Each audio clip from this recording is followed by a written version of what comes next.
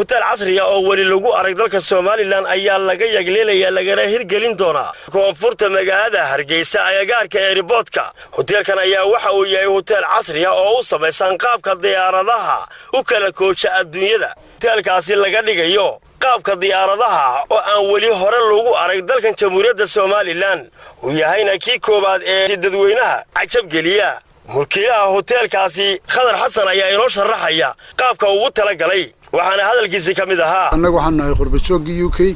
hase ahaatee u soo iloobay dalkooda inay wax ka qabsadaan qurbajoogu waxay ka xuyeen mar walba dadkan baabaaya ee badaha ku baabaaya halka waxba ma yaalaan sidii aan noo tiraaheen dhulkeena nimca fadhida waxaanu tusaynaa dadka iyaga in halkan wax laga qabsan karo halkan waxa taala diyaarad aan ugu tala galay inaan hotel VIP ka dhigno waxa jirta mid kale soo socota oo wadno oo doonayno labadooda inaanu isku xidhno oo halka ku sameeyno dadkii shaqo abuur uga sameeyno waanu baahinay shaqo abuurka waxa weeyaan dadkii sidii loo tusi lahaa inay wadankoodii wax ka qabsadaan ayaanu u diyaarsanay waxaanu leenahay gacmaha is qabsada